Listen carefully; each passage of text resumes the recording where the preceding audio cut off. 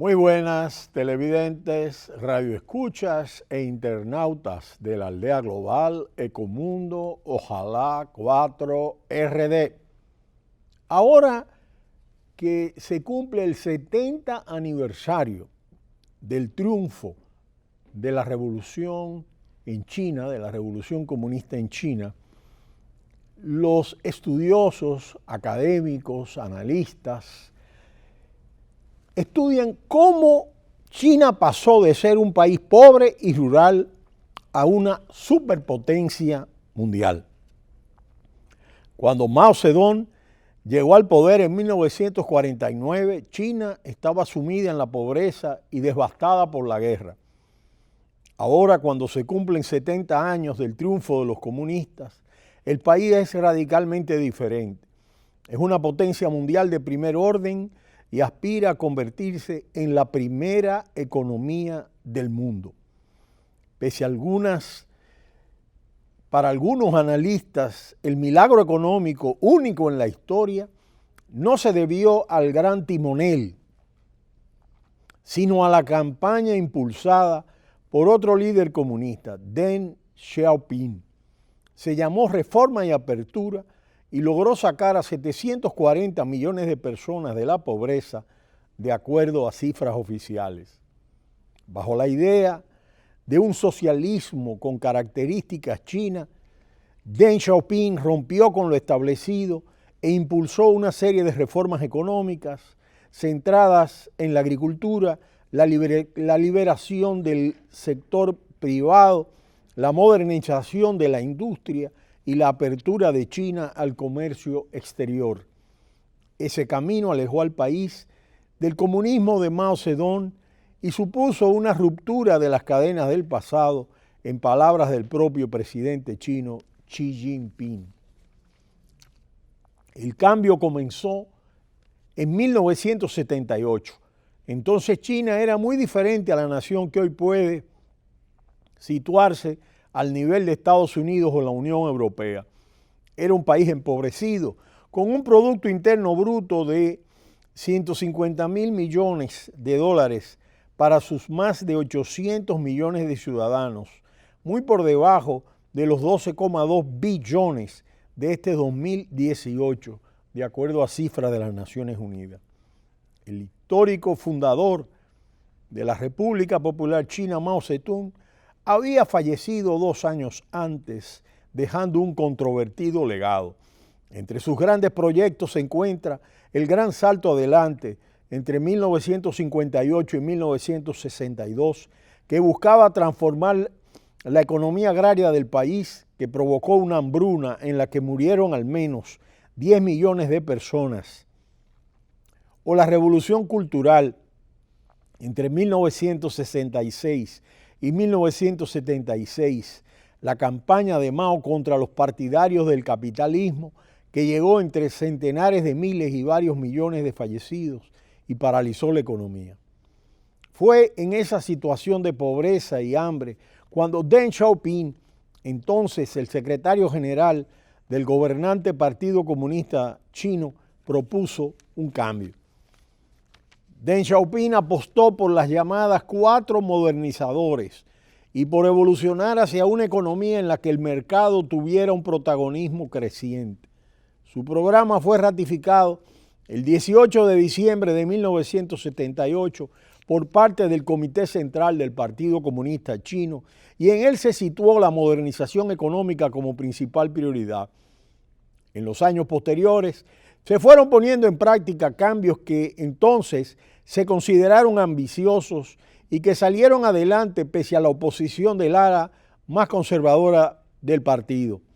En el sector agrícola, por ejemplo, se abandonó progresivamente el sistema maoísta de economía rural planificada, lo que permitió incrementar la productividad y sacar a zonas del país de la pobreza, fomentando la migración de mano de obra hacia las ciudades. También se aflojaron las cadenas del sector privado y por primera vez desde la creación de la República Popular en 1949, el país se abrió a la inversión extranjera. Se crearon zonas económicas especiales como la ciudad del Schengen, que sufrió una increíble transformación y hoy en día suele describirse como el Silicon Valley chino. Esa apertura al exterior contribuyó a aumentar la capacidad productiva de China y nuevos métodos de gestión. Sus cambios llevaron a que, tras un largo proceso, China consiguiera entrar a la Organización del Comercio, OMC, en 2001, lo que le abrió definitivamente las puertas a la globalización que tanto ayudó a su auge económico. Y es que en 2008, cuando la crisis financiera mundial estalló y Occidente emprendió la búsqueda de nuevos mercados, China destacó entre todos ellos, lo que le llevó a convertirse en la fábrica del mundo. Tras su boom económico, no obstante, China lucha ahora para desprenderse de ese nombre, dejar atrás la manufactura y ser un país caracterizado por la innovación. Pese al éxito económico, las reformas también tradujeron consecuencias negativas para el país, como la grave contaminación del aire que sufre la mayoría de sus ciudades o una gran desigualdad. Además, las últimas décadas no han traído ningún cambio al rígido sistema de gobierno de un solo partido en el país. Los críticos denuncian que la represión de los derechos humanos va en aumento y que el actual presidente Xi Jinping está coartando cada vez más libertades de la población mientras acumula más poder. En el 40 aniversario de la reforma y apertura, el pasado diciembre, Xi Jinping enfatizó la importancia del liderazgo del Partido Comunista en un discurso en el Gran Palacio del Pueblo de Tiananmen, la plaza pequinesa donde el ejército acabó a la fuerza con las manifestaciones a favor de reformas políticas, dejando un número aún indeterminado de muertes. Ese oscuro capítulo de la historia reciente de China sigue siendo un tabú como cualquier crítica sobre el sistema político. Ahora en que protestas cada vez más importantes se presentan en Hong Kong, una de las grandes preguntas es cuán importante es aún la ciudad para la economía de China. ¿Y qué pasaría si China decidiera intervenir en Hong Kong a la fuerza para aplacar las protestas? Las consecuencias de una decisión de ese tipo son impredecibles, pero los expertos consideran que China en conjunto podría salir gravemente dañada si la economía escalara de esta manera. La economía es un punto clave en esta disyuntiva, teniendo en cuenta que Hong Kong se ha convertido en uno de los centros financieros más importantes de Asia y que la economía china se ha beneficiado crecientemente de su estatus de región administrativa espacial. Hong Kong ya está sintiendo el impacto económico de 11 semanas consecutivas de protestas. El turismo y la venta minorista, que equivalen a alrededor del 20% de la economía local, son los sectores más afectados directamente por los manifestantes que han paralizado puntos claves para la vida y la economía del territorio en repetidas ocasiones. El gobierno hongkonés ha rebajado sus expectativas de crecimiento este año al 2,3%, tras registrar una subida al 3,5% el año pasado.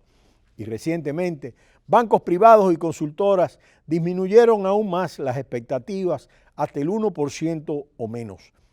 Pero ¿cuán importante es actualmente Hong Kong para la economía china? ¿Podría sacrificar China los beneficios que le aporta su sistema especial a cambio de mantener el control político? Hong Kong sigue siendo clave para la economía china, tanto en términos comerciales como financieros. En 2017-2018, según estadísticas oficiales, China recibió cerca de 125.000 millones en inversión directa extranjera, de los cuales 99.000 millones procedieron de Hong Kong, casi el 80% del flujo.